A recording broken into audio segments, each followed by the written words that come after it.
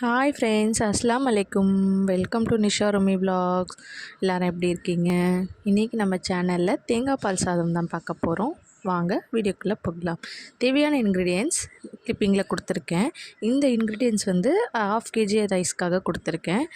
Stove பற்ற வச்சு pan சட்டி வச்சுருக்கேன்.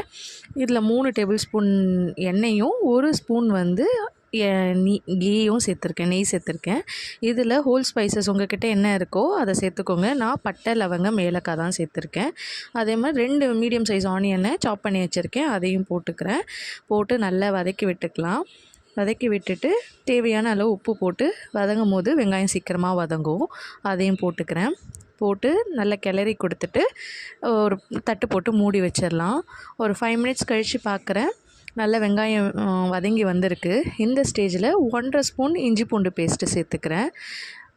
சேர்த்துட்டு நல்லா மிக்ஸ் பண்ணி கொடுத்துட்டு திருப்பி வந்து தக்காளி வந்து ஒரு தக்காளி கட் பண்ணி வச்சுருக்கேன், அதை போட்டுக்கிறேன்.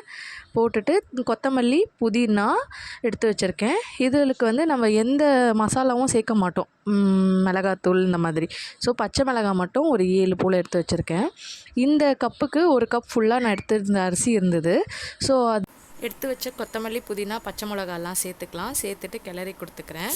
இதுக்கு 1 கப் ஃபுல்லாக அரிசி இருந்ததுனால என்னோடய அரிசிக்கு தேவை 2 கப் தண்ணின்றதுனால இதுக்கு 2 கப் ஃபுல்லாக தேங்காய் பால் எடுத்து நான் வச்சுருக்கேன்.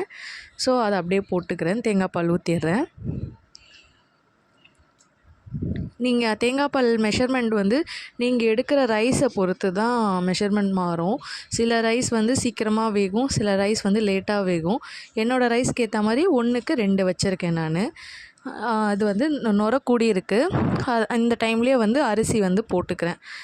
நான் ஏற்கனவே வாஷ் பண்ணி வச்சுருந்தேன், அதை அப்படியே போட்டுக்கிறேன். போட்டுட்டு நல்லா கிளறி கொடுத்துக்கிறேன். போட்டு மூடி வச்சு பார்த்தா இந்த வருத்திங்களா தண்ணியும் அரிசியும் சமமாகிடுச்சு. ஸோ அப்படியே க்ளோஸ் பண்ணி தம் கட்டிட்டேன். இப்போ பாருங்கள், சுட சுட தேங்காய் பால் சாதம் ரெடி ஆகிடுச்சு.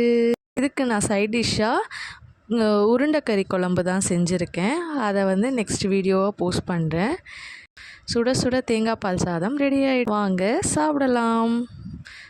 இந்த வீடியோ எப்படி இருக்குன்ட்டு லைக் பண்ணுங்கள், கமெண்ட் பண்ணுங்கள், உங்கள் ஃப்ரெண்ட்ஸ் அண்ட் ஃபேமிலிக்கு ஷேர் பண்ணுங்கள். மறக்காமல் நம்ம சேனலை சப்ஸ்கிரைப் பண்ணுங்கப்பா. தேங்க்யூ ஃபார் வாட்சிங். பாய். அஸ்ஸலாமு அலைக்கும்.